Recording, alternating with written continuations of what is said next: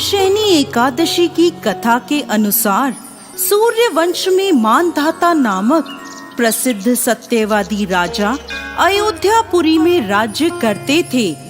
एक समय उनके राज्य में अकाल पड़ा।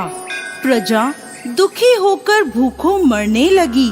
हवन आदि शुभ कर्म भी बंद हो गए। राजा को ये सब देखकर बहुत कष्ट हुआ। इसी चिंता में वो वन को चले जाते हैं और अंगीरा ऋषि के आश्रम में पहुंचते हैं। आश्रम में पहुंचकर वो ऋषि से बोले, हे सप्त ऋषि, मैं आपकी शरण में आया हूँ।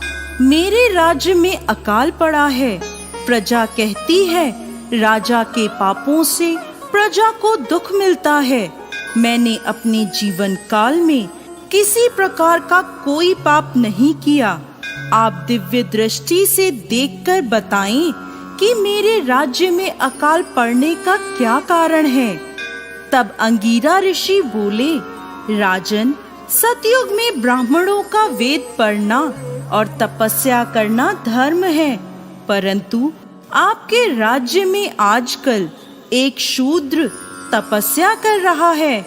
यदि आप उसे मार देंगे तो आपके राज्य पर आया दोष और संकट दूर हो जाएंगे और आपकी प्रजा सुखी हो जाएगी। तब राजा मानधाता बोले, ऋषिवर, मैं एक निरपराध तपस्वी शूद्र को नहीं मार सकता। आप इस कष्ट से छूटने का कोई और सुगम उपाय बतलाइए। तब अंगीरा ऋषि बोले, सुगम उपाय कहता हूँ, ध्यान से सुनिए राजन। भोग तथा मोक्ष देने वाली देवशयनी एकादशी है। इसका विधि पूर्वक व्रत करें। इसके प्रभाव से चातुर्य मास तक आपके राज्य में वर्षा होती रहेगी। इस एकादशी का व्रत सिद्धियों को देने वाला तथा उपद्रवों को शांत करने वाला है।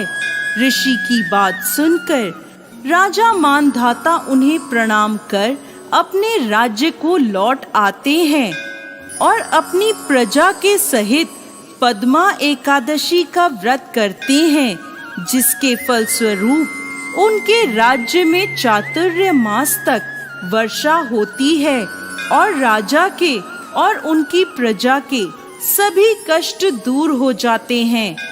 जय श्री हरि विष्णु।